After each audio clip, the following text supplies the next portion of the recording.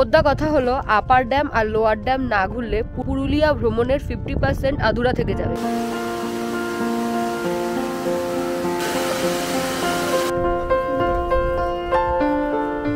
এই যে লেক আর এই যে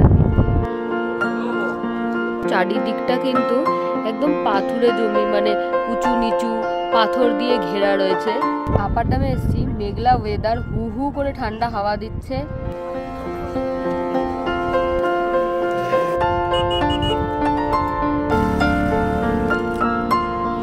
ওই যে দূরে ওই জায়গাটা দেখতে পাচ্ছেন, ওটা হলো লোয়ার ড্যাম।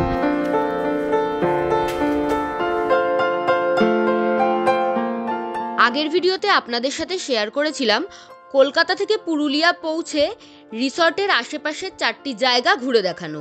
যারা আগের ভিডিও দেখেননি তারা যদি আগের ভিডিও দেখতে চান তাহলে লিংক ডেসক্রিপশনে দেওয়া রইল।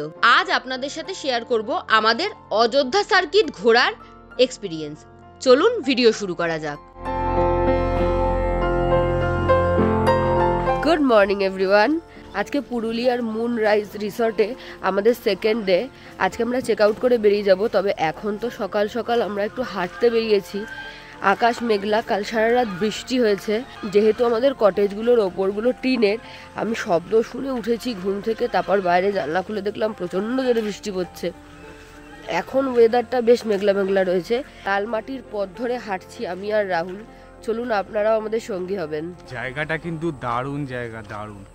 আপনারা অবশ্যই একবার এসে ভিজিট করুন। দারুণ লাল মাটির রাস্তা, সামনে একটা পাহাড়ের ভিউ, আর মেঘগুলো ভেসে ভেসে যাচ্ছে, দারুণ লাগছে, দারুণ।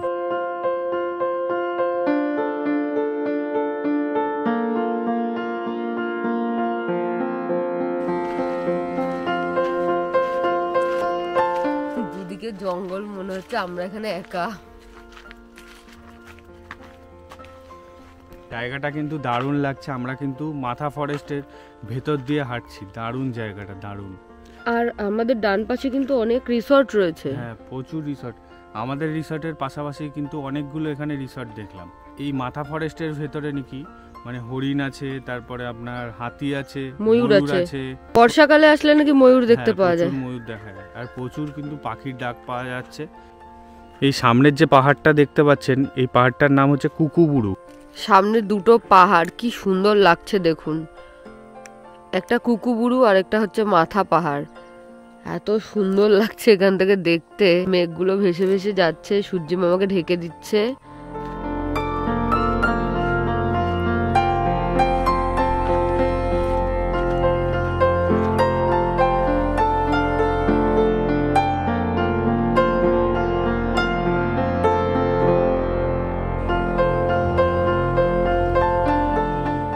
সকালবেলা দিয়ে গেছিল ব্ল্যাক টি, তবে আমার ঠিক পোষায়নি, তাই আবার দুধ চা চাইলাম। আশেপাশটা হেঁটে আমরা ফিরে এসেছি, এখন চা খাবো। ব্রেকফাস্ট করার জন্য এসেছি। ব্রেকফাস্ট করে লাগেজটাকে আমাদের সব কিছু প্যাক হয়ে গেছে। ব্রেকফাস্ট করে আমরা বেরিয়ে যাব। বরাভূম থেকে ট্রেন রয়েছে, 10টা মতো বাজে। এখন আমরা ব্রেকফাস্ট করতে এসেছি। আপনারা যদি এই পুরো ট্যুরটা করে, মানে অযোধ্যা সার্কিটটা ঘুরে, যেরকম কালকে আমরা ঘুরলাম সেরকম ঘুরবেন, তারপর নেক্সট দিন অযোধ্যা সার্কিটটা ঘুরে ফিরে যেতে চান, তার জন্যও কিন্তু রাতের একটা ট্রেন রয়েছে। ট্রেন নাম্বার এবং ট্রেনের ডিটেলস আমি স্ক্রিনে নিচে দিয়ে দিচ্ছি, আপনারা চেক করে নিতে পারেন। ব্রেকফাস্টে কালকের মতনই লুচি, এখানে জিলিপি আর আলুর তরকারি, আর এখানে ডিম সেদ্ধ। তো এখন বেরোচ্ছি ঘুরতে। চলুন। অনেকগুলো স্পট আছে, অনেকগুলো জায়গা, এবং প্রত্যেকটা স্পটেই, মানে বেশিরভাগ স্পটেই কিন্তু অনেকটা নামতে হবে বা উঠতে হবে, এরকম ব্যাপার আর কি। তো চলুন মজা করে একসাথে ঘুরি। ওয়েদারটা তো ভীষণ ভালো। বেরিয়ে রাস্তায় যেতে যেতে দেখলাম একটা জায়গায় গুড় জাল হচ্ছে। গন্ধটা এত সুন্দর, মন মাতানো, দাঁড়াতে বাধ্য হলাম। খেজুর গুড় তৈরি হচ্ছে, চলুন দেখাই আপনাদেরকে।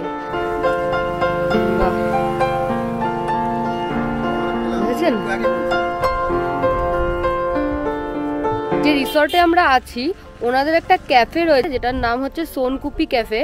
একদম মেন রোডের ওপর। আপনারা যখন অযোধ্যা যাবেন, যাওয়ার পথেই এই ক্যাফেটা পাবেন। তো গুড় যেখানে তৈরি হচ্ছে একদম তার উল্টো দিকেই। আপনারা কিন্তু যারা পুরুলিয়া ঘুরে, গড় সার্কিট ঘুরে এদিকটায় আসছেন, এখানে স্টে করবেন না, তারা কিন্তু এই ক্যাফেতে খাওয়া দাওয়া করে নিতে পারেন। তো সোনকুপি ক্যাফের খাবারের দাম কিন্তু বেশ রিজনেবল। আর বেশ কম দাম, কিন্তু আপনারা কিন্তু অযোধ্যা সার্কিট আসলে এই রেস্টুরেন্টটায় খাবার খেতে একদম ভুলবেন না, কারণ এখানকার টেস্ট বেশ দারুণ। যেখানটাতে আমরা দাঁড়িয়ে আছি মানে ক্যাফেটার ঠিক উল্টো দিকের প্রাকৃতিক সৌন্দর্যটা আপনাদের একটু দেখাই।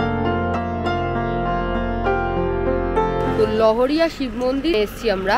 তো চলুন, পার্কিং থেকে এখন হেঁটে হেঁটে যেতে হবে মন্দিরের দিকে।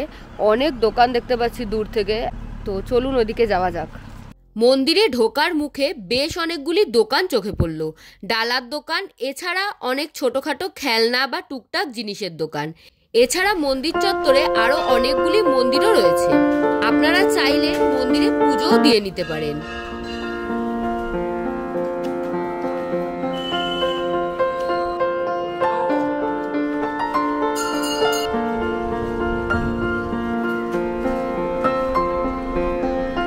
মন্দিরের পিছনেই রয়েছে একটি সুন্দর ড্যাম।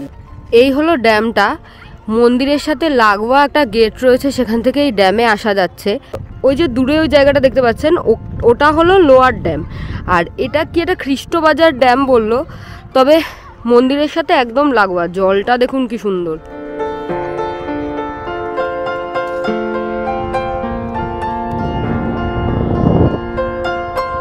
এই হলো মন্দির। তো চলে এসেছি লোয়ার ড্যামে। এখান থেকে দারুণ লাগছে ভিউটা। যেটা ওই মন্দিরের পেছনে ড্যামটা ছিল, ওটাই একটু ওপর থেকে পাখির চোখে দেখা আর কি।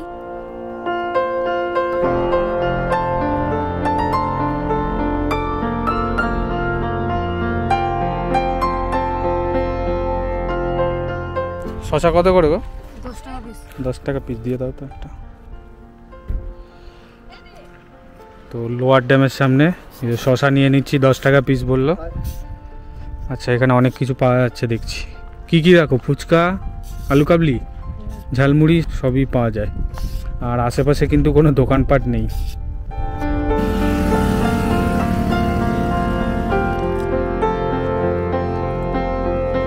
আপার ড্যামে এসেছি, মেঘলা ওয়েদার, হু হু করে ঠান্ডা হাওয়া দিচ্ছে।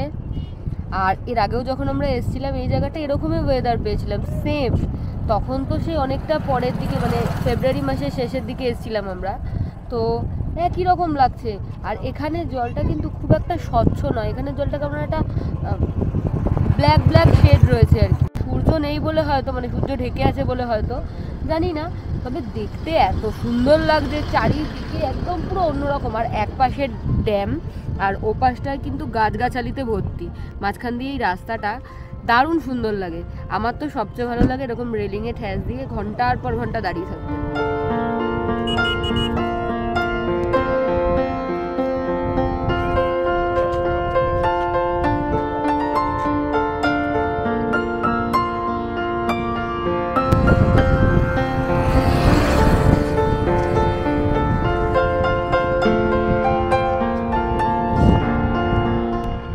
দেখুন রাহুল কি করছে। তো মিস্টার রাহুল পাল, কেমন লাগছে? দারুণ জায়গাটা। এর আগের বারে যখন এসেছিলাম যেরকম ছিল পুরো সেই রকম। মেঘলা ওয়েদার, যখন তখন বৃষ্টি আসতে পারে। তো তাড়াতাড়ি এখান দিয়ে দেখে টেকে এখন গাড়িতে উঠে অন্য স্পটের দিকে এগোবো। আচ্ছা, এই দিকের জঙ্গলটা একবার দেখুন, ঘন। আজকে হালকা হালকা মেঘলা আছে বলে অতটা ভিউটা ক্লিয়ার নেই, নাহলে এই দূরের যে জায়গাগুলো দারুণ সুন্দর লাগতো। হ্যাঁ, আর ওই জায়গাটা কিন্তু আমরা যে লোয়ার ড্যাম থেকে ভ্যালিটা দেখতে পাচ্ছিলাম সেটাই মনে হচ্ছে, তাই না? হ্যাঁ, সেটাই তো। হ্যাঁ। ওয়াও, ওদিকের পাহাড়গুলো কি সুন্দর রে। মোদ্দা কথা হলো, আপার ড্যাম আর লোয়ার ড্যাম না ঘুরলে পুরুলিয়া ভ্রমণের 50% আধুরা থেকে যাবে। তো এই upper dam, lower dam, Ayodhya সার্কিটের সবটাই ঘুরুন, ভালোবাসুন। আশা করি সকলের ভালো লাগবে। আর আজকে যে কটা জায়গায় আমরা ঘুরবো, আমরা রিসর্ট থেকে গাড়ি নিয়েছি, এর জন্য আমাদের খরচা পড়লো 2000 টাকা। আমাদেরকে যে গাড়িটা স্টেশনে ড্রপ করে দিয়ে আসবে, তার জন্য কিন্তু আমাদের খরচা পড়বে 1000 টাকা। পিক আপ যখন করেছিল তখনও 1000 টাকাই নিয়েছিল। তো টোটাল এই যে দুদিনের আমরা ট্যুর করলাম 6,000 টাকা, পিক আপ ড্রপ 1,000 2,000 টাকা, আর কালকের ট্যুরটা ছিল 2,000 টাকার, আজকের ট্যুরটা হলো 2,000 টাকার। 6,000 টাকা গাড়ি ভাড়াতে আমাদের খরচা হলো।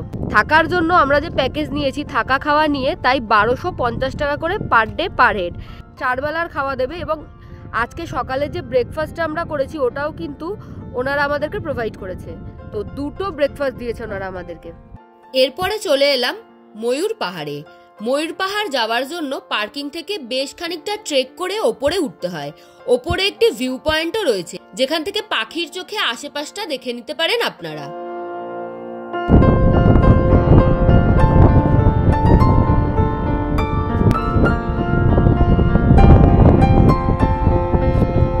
ময়ূর পাহাড়ের সামনে পার্কিং চার্জেস লাগছে 30 টাকা করে। মার্বেল লেকে তো এসছি অনেকক্ষণই আর কি। বাইরে একটু ম্যাগি খেলাম, কারণ দুপুরে লাঞ্চ করার টাইম হয়ে গেছে। ভালো কিছু পেলাম না, ভাত পাওয়া যাচ্ছে বাট আমার ঠিক পোষালো না, তাই জন্য খেলাম না। ম্যাগি নিলাম, 20 রুপিস করে নিল, 5 টাকার প্যাকেটের ম্যাগিগুলো। যাই হোক, ঠিক আছে, খিদের পেটে যা পাওয়া যায় তাই ভালো। এখন মার্বেল লেকটা ঘুরবো। তো এই হলো মার্বেল লেক। এখন চারিদিকটা কিন্তু একদম পাথুরে জমি, মানে উঁচু নিচু পাথর দিয়ে ঘেরা রয়েছে। প্রচুর ছোট ছোট ছোট ছোট নুড়ি পাথর থেকে শুরু করে বড় পাথর দিয়ে তৈরি এই চারিদিকটা। আর মাঝখানে এই লেকটা এত সুন্দর লাগে দেখতে। এখানে কিন্তু প্রচুর মানুষ প্রি ওয়েডিং শ্যুট করতে আসে। আমরা একটা জায়গা যেখানে ছায়া রয়েছে সেরকম জায়গা দেখে বসে পড়েছি। দারুণ সুন্দর লাগছে। জলটা দেখেছেন? তবে এই লেকের জলে কিন্তু স্নান করা বারণ। স্নান করলে 500 টাকা ফাইন। হ্যাঁ, স্নান করলে 500 টাকা ফাইন, বাইরে সেটাই লেখা ছিল। এই দেখুন, আমরা একদম লেকের ধারে বসে আছি। এই যে লেক, আর এই যে আমি। রাহুল ওদিকে একটু লেকটার ভিউ নেওয়ার চেষ্টা করছে। এরপরে চলে এলাম বামনি ফলসে। যদিও চলে এলাম বলছি, তবে বামনি ফলসের নিচ পর্যন্ত আমি যাইনি। অত দূর নিচে নেমে আবার ওপরে উঠে আসতে হবে ভেবেই আতঙ্কিত হয়েছিলাম। নিচ পর্যন্ত রাহুল গিয়েছিল। দারুণ সুন্দর জায়গা, যদিও আমি এর আগে একবার গিয়েছি।